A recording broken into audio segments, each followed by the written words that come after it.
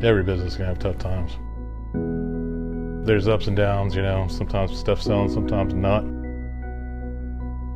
And it just depends on, what's going on with the economy is kind of what's gonna be going on with your store too. So kind of like right now, it feels like it's a little recession starting, so, sales are down. I mean, everything's gonna change. When we started, we were only doing Magic the Gathering, and now, 11 years later, we've got board games, we're doing video games, Pokemon, Yu-Gi-Oh, Dungeons and Dragons, paints. We had to basically add stuff as we went. And sometimes, we had to operate only online, like during the pandemic. We had to put everything online, and I was doing curbside where I'd take it out to people's cars. We've had a break-in once, and they broke through the front door. They came in and just grabbed stuff out of cases. They really, it was probably $10,000 to $12,000 worth of damages / loss of product. Amazon doesn't have employees or, electricity bill or all that other stuff that are here, on a daily basis. So they're not supporting their local, infrastructure or economy, the local economy either, So a lot of that stuff people don't take into factor when they're doing their shopping, I think part of the reason why we were successful is I started small. I started in a 500 square foot unit and built the business from that.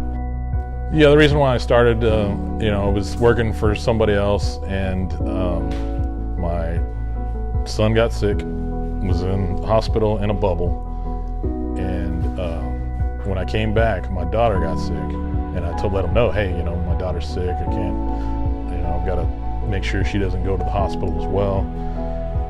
And they fired me, and we were hanging out playing Magic with all my friends, and we were playing Commander and having a good time. And at that point, I was just like, you know what, guys, I'm going to open up a gaming store because I enjoy it.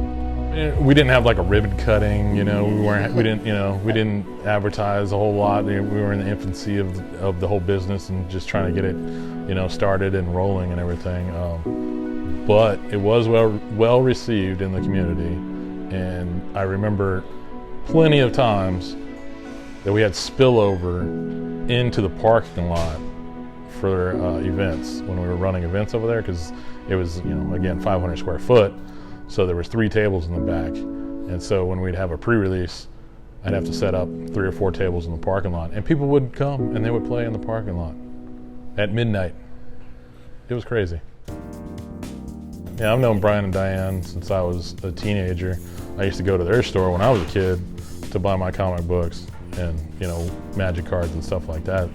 They send people my way if they don't have what, they're looking for, and somebody comes over here looking for comic books or sports cards, I usually send them over there. Oh, we've got people who've been shopping here when they were 8 or 9 years old. Now they have kids. Yeah. Yeah, we have a lot of long-term customers, I've been doing this for a long time. Dove into it here about 40 years ago. We opened this store about 35 years ago. And we've been dealing in comics and collectibles ever since, There's always tough times. Anytime you're self-employed, anytime you're in any kind of business, you're affected by a lot of things. I won't even get into the pandemic. That was a pain, of course. But the '94 baseball strike was really hurt the card shops. In '95, Marvel went bankrupt through different sellouts, and that affected us. There's always ups and downs in this business. The economy, when it went flat in '08, that would affect us too, but we're always affected by the economy. One of the biggest changes in the market has been the fact that more people buy graphic novels now instead of individual comics. Yeah, a lot of readers they want the whole combined story right now, I can't control online shopping. A lot of people like the firsthand, I want to touch it, I want to see it before I buy it. Then again, you get a lot of input when you come into a store like this that you don't get on the internet. But yes, it's the experience to come into a hobby shop. It's kind of like going to collector show or a ball game. It's more fun to be there sometimes and sit at your computer and decide whether you want this or whether you want that, you know.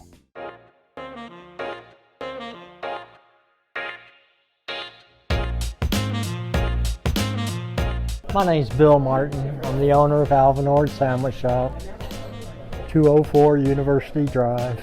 Been here for 40 years. I bought the business as a used business in August 15th, 1983. It's been growth since day one, since I took it over. The man that started the recipe was named Alvin Ord Johnston. He actually started the recipe for Slotsky's. That family sold out, but then they decided, hey, well, we could start our own business. And they decided to name it after their uncle that started the recipe. Seen a lot of big change come and goes. Jersey Mike's has come and gone. The Herberts and Gerbers, they've gone. Quiznos is gone. Slotsky's has basically left college area. I doubt that this business wouldn't be alive if it wasn't for the college. I mean, it is right across the street. A lot of kids, parents will come here and show their kids, oh, that's where I wrote it when I was going to college. And the college kids, when they visit, they'll come in to see if it's still, their mark is still here. Since I had a stroke in 2021, I've stopped working. I used to bake bread. You know, that's one of our selling points is we bake bread fresh daily from scratch. Because the business people would ask, well, what makes you so successful or something like that? And, the people you hire, they represent you. And it's nice to have that kind of pool to choose from, but that's what really has made this business.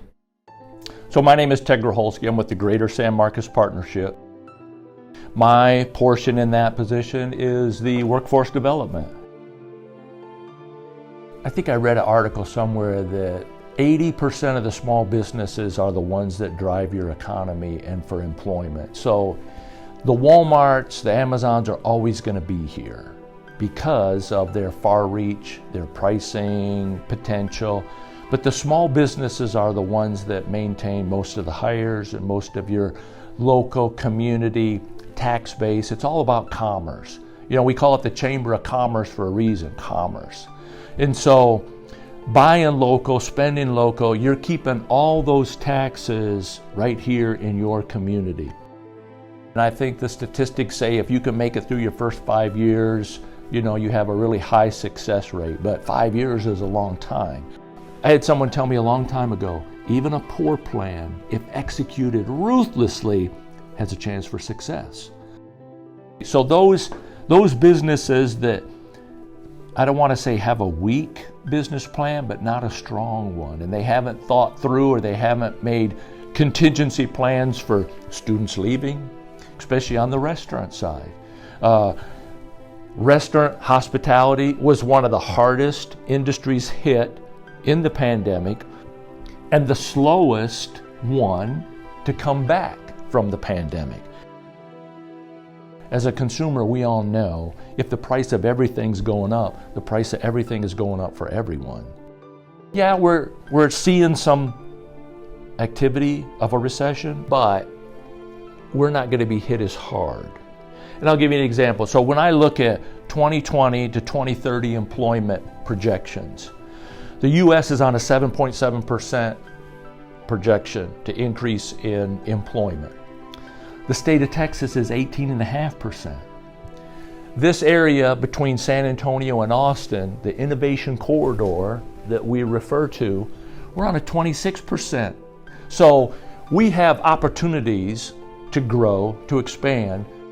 And then again, that really causes that smaller business that doesn't have the resources that the large corporations have. Those that did, that offered curbside service, that offered carry out, that didn't before, those companies were able to weather the storm and even increase and kind of prosper. So if nobody's buying local, nobody's staying local, and nobody's eating out local, the city doesn't have those taxes and those funding to provide those services. And then if they don't have that, guess what happens at the end of the year? Now we start looking at people's property taxes and where can I increase sales tax and property taxes to make up those differences. So we all have a vested interest in buying local, participating local, eating local, staying local, to increase that commerce for our local community. Do what you do it really well. This is what we do. We provide information, raising tides, lift all boats. So all businesses that we work with, we want to see them succeed because their success is our success. The strong survived, and we've had enough to be the strong.